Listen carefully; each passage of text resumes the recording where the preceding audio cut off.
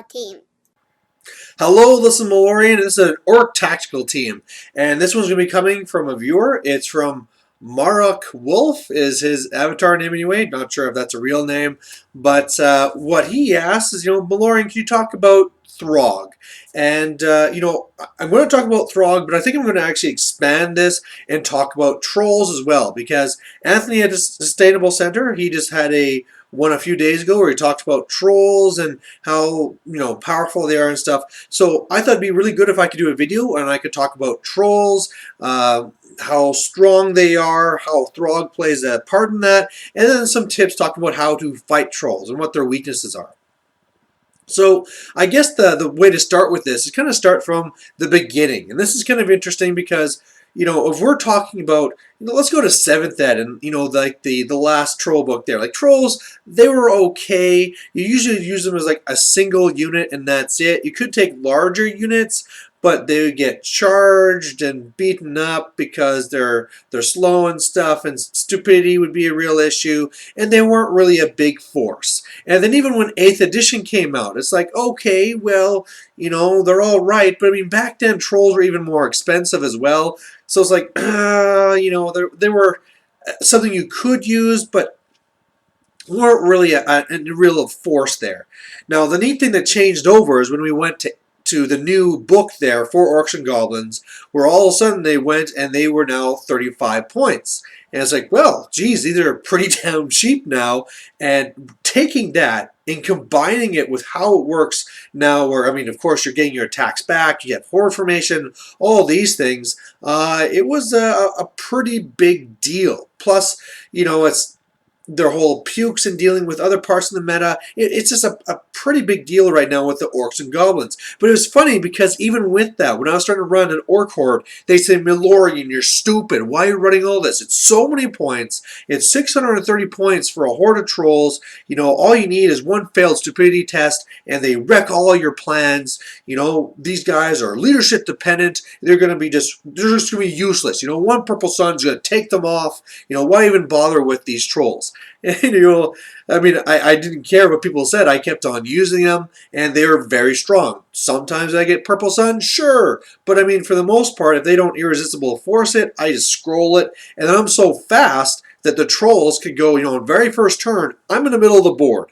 So normally I'm charging on turn 2, and worst case scenario, turn 3. Trolls are charging in. So, I mean, as long as one of those cases I can scroll that Purple Sun, and then another case try and stop it with dice or whatever, the trolls are going to probably make it. They're going to kick some serious butt. Another thing they say too is, hey, trolls kind of have a problem because, the Flaming Banner will take away the regen, and also they're not that great. Well, the thing about trolls is that they don't always expect the number of attacks. And what it really comes down to is that trolls in horde formation have 54 strength 5 attacks plus all the stomps. And when you put all that together, it's like, all right, you got the Flaming Banner. I get no regens. Good for you. You did 6 or whatever wounds to me. Ouch, that hurt. Or maybe even 10. All right, I'm going to attack back now and kill like 20 of your guys, right? And it's like, okay, well, now he's broken and ran you down. Good thing you killed those 2 to 3 trolls, right? And it's just this massive power where unless it's something that can really, really put in the heart, the trolls just muscle through it, even up against a Flaming Banner. Well, now things changed even more when you got to Throgg. And here we're going to actually be talking about your stuff here, Mark Wolf, where Throgg is amazing. Now, I saw in my meta here, one player at least, that really liked the Throgg in the old book for Wars of Chaos and running a big unit of trolls. Not always a horde, but a big unit of trolls with the old Throgg. And it worked pretty well for him. And it was always interesting whenever, are we going to face, or going to have a troll fight and all these things. But, they were scary before because, on all the trolls, if you made multiple ward saves, regen saves rather, they got better. That went away, which is good because it wasn't really designed with horde formation in mind. So now he doesn't do that. He doesn't give them that craziness, but they're core. And that's a really big deal because with Orcs and Goblins, I can take one horde of trolls, and that's pretty scary. But if you can take 2 hordes of trolls, which normally you can't do until 3,000-ish points, all of a sudden that's even more, right? That's even worse because you're only going to have one flaming banner, and that's going to only deal with one of these guys. We already talked about how that doesn't handle with it very well. Normally if I run my one big horde of trolls, you could like throw a lot of chaff at that one and really slow it down when you go after other stuff. Well, if I have two hordes, all of a sudden you're being split up a lot more. I am covering a lot more of the board, and it just gets worse from there. I've even done it with 3 hordes of trolls, and it's just, yeah, just get them, guys. Just kill stuff. Just destroy them. Good news. Now, that's that part. That's all great. But Throgg himself is also amazing.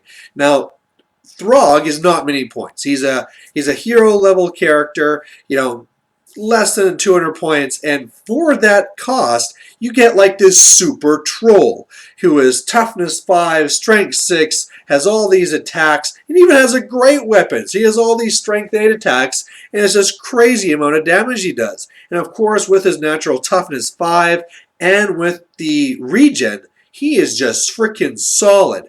And if that wasn't enough, they also made it so you had a breath weapon. So normally with trolls, if you're ever up against something that's hard to hit or had a really good armor save, you just puke on it, blah, and they kind of die. And Throgg had like a special puke.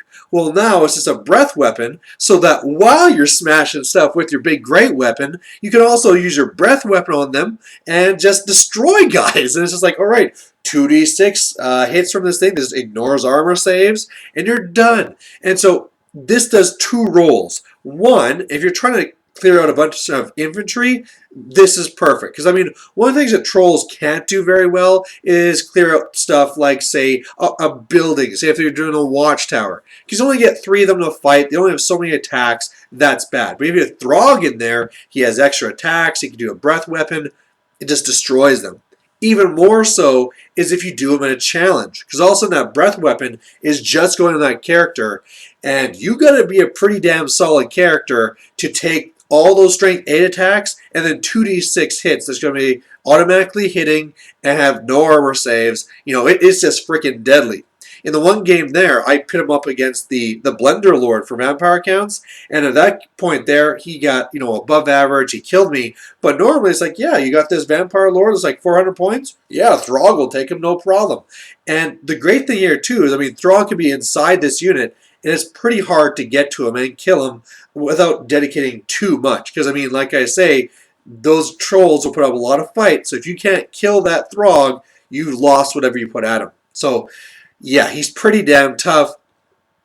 Anthony also talked about how he's very resilient to a lot of the spells because he has that high strength, the high toughness. The leadership is even also good too. And when we're talking about leadership, he also passes it off to other monsters and stuff. So, the big issue you have with trolls is the whole idea where they have bad leadership. So, if you can break them away from the general, or if you can kill the general, the trolls are in trouble. Also in Warriors of Chaos with the Throgg, they have Throgg that's going to be a mini general for himself for the monsters, plus the regular general himself. And it's just perfect for running these trolls. So this is almost like the golden age of running trolls because they're so powerful. When hoarded up, they throw out so many attacks. It's so hard to get the points back from them. And when you have that many, and you're almost going board edge to board edge with 3 hordes of trolls, how do you outmaneuver it? How do you escape it? And so it's just very dominant. A lot of things right now where it's like, okay, we have really good armor saves, right? If you're going up against Mordfang or whatever it is, they don't care about that. They're just going to puke on you and destroy you. And if you try throwing a steam tank into a horde, they'll just puke on it, automatically hit, no armor save. On a 5+, it loses a wound. And in not too long, they can just destroy that steam tank and keep on going. So very, very dangerous trolls. Throgg is amazing. And I think that's really the part that kind of changes this over. Because if it wasn't for Throgg making them a core, it'd be the same thing as orcs and goblins, where, okay, you could take one horde, that'll be very scary, I'll make sure to chaff that one up, but I can handle that and deal with the other stuff. Oh my god, it's a demon prince. But, realistically, if the army was more normal, you could just try and chaff that one unit and go from there. But Yeah, that's not like that. So there we go. We've talked about that stuff. We talked about how trolls kind of transition into something amazing. And plus, too, a big thing to be talking about with this is the whole idea that we also didn't talk about magical buffs. Because when it's orcs and goblins, we got the big wah, we got the little wah, and I really like those lures, but they don't really do anything for trolls. That's where I actually like running the wizarding hat because I get the stuff from the regular lures, and if you wild form some trolls, or if you do whatever to them, they just get even better. Like the speed of light trolls, love them. They're great.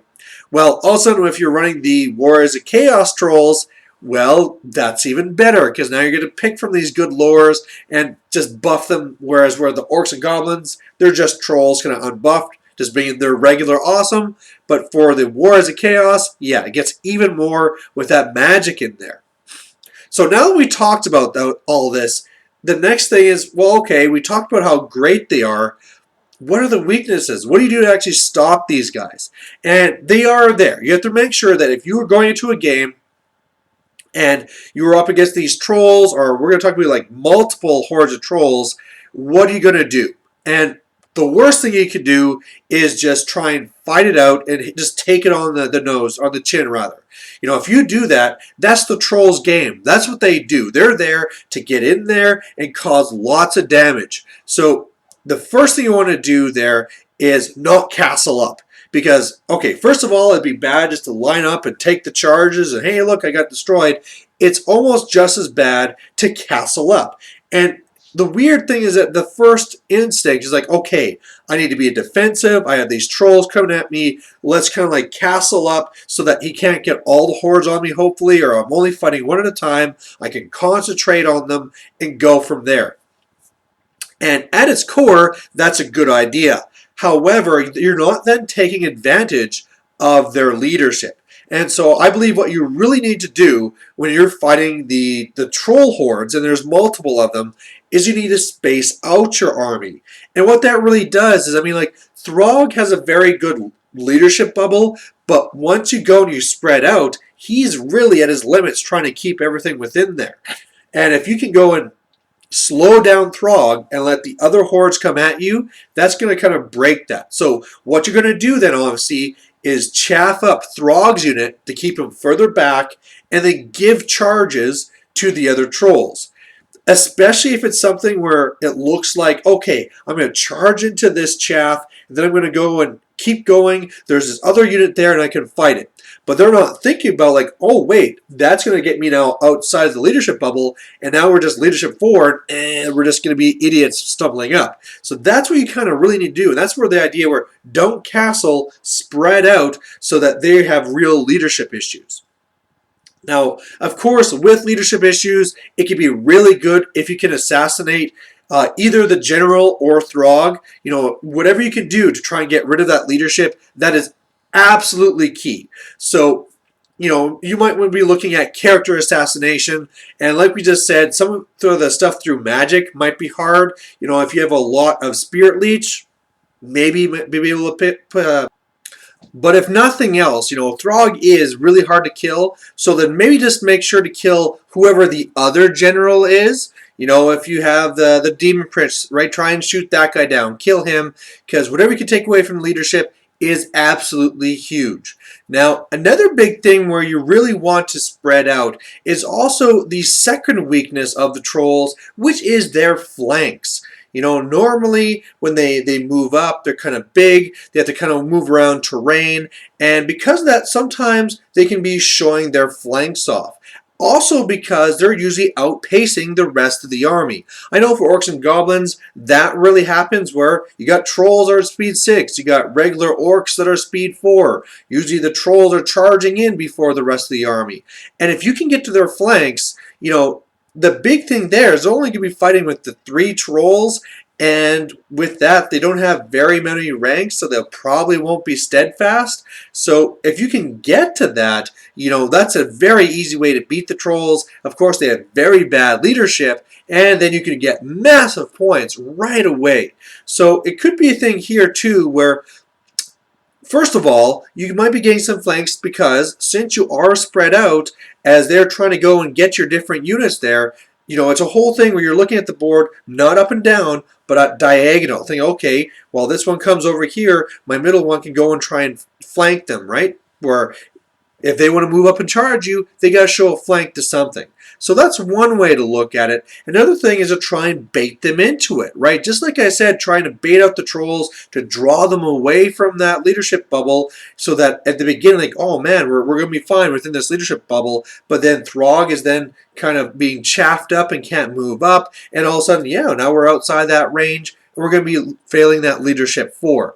And with that, if they ever fail that leadership 4, it can always be a thing where you can just like walk around and all right, charge the flank and off we go.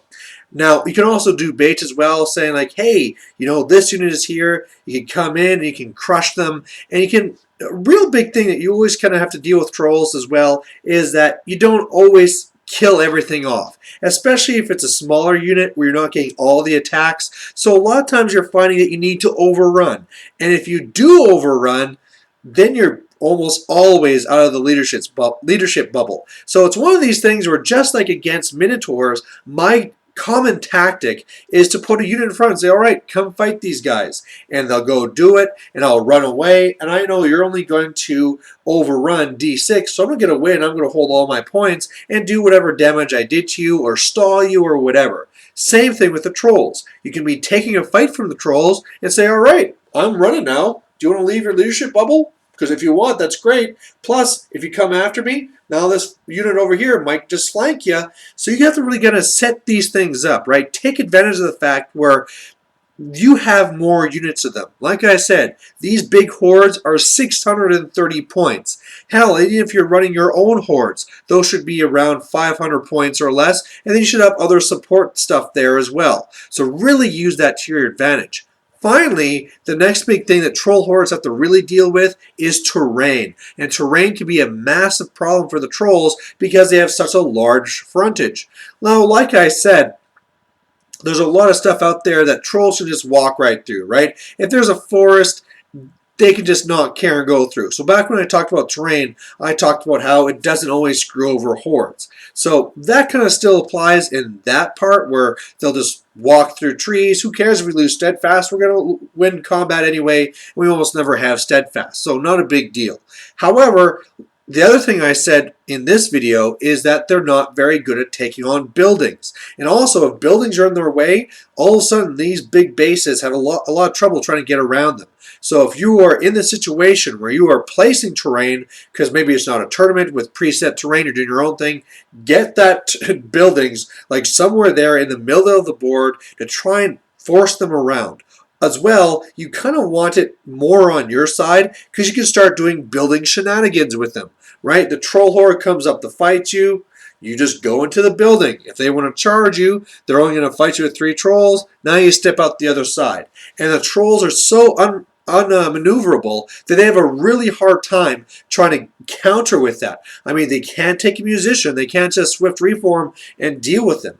Now, with that, of course, that gives you a big advantage in Watchtower. If you ever have Watchtower, get those units in there, chaff up those trolls, and know that if the trolls ever charge you, like sure you got Throgg that has a puke and it can do some extra stuff there, but there's only a limited amount of damage they can actually really do to you.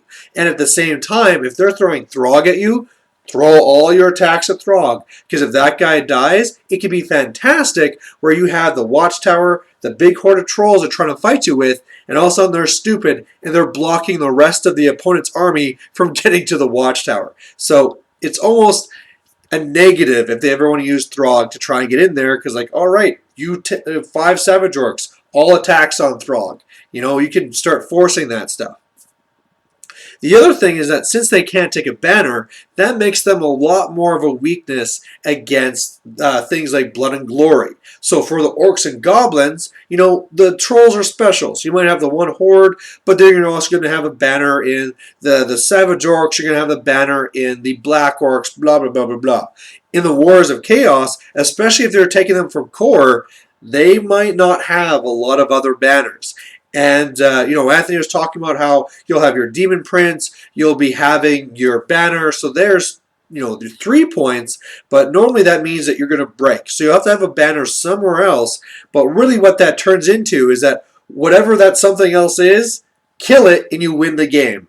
Or it's a usual thing where normally you want to kill the Demon Prince anyway. So alright, aim all guns, all magic at the Demon Prince, and know if you kill that guy, you just win the game. So it's one of these things where, again, if you saw these regular scenarios in the tournaments, I think that the troll hordes would not be as popular as they are. Right now, I'm sure there's a lot of talk in various tournaments where, you know what, maybe we should just ban Throgg. The whole Throgg idea and the Warriors of Chaos full of trolls is very powerful. Maybe we should just ban it. But probably what they should be looking at is just including more Watchtower and more Blood and Glory, because that's the stuff where these guys can't really handle them. Even the Demon Prince, right? What's the answer to the Demon Prince? Go into a building, right? He can't really do all that much. If he does Purple Sun into it, just does D6 hits instead of everybody being hit, right? That's the answer. So there you have it. I talked about trolls from beginning to what they are now, talked about Throgg, talked about how awesome Throgg makes trolls, and then we talked about how to defeat these trolls and the way that, you know, don't take it on the chin, don't castle, use your maneuverability, use terrain to your advantage, spread out, do what you can to draw them away from the leadership bubble, to eliminating leadership bubbles, getting the flanks, and at the end of the day, you know, if there's a scenario we can win on that scenario. So there you have it. Thanks for watching. Bye.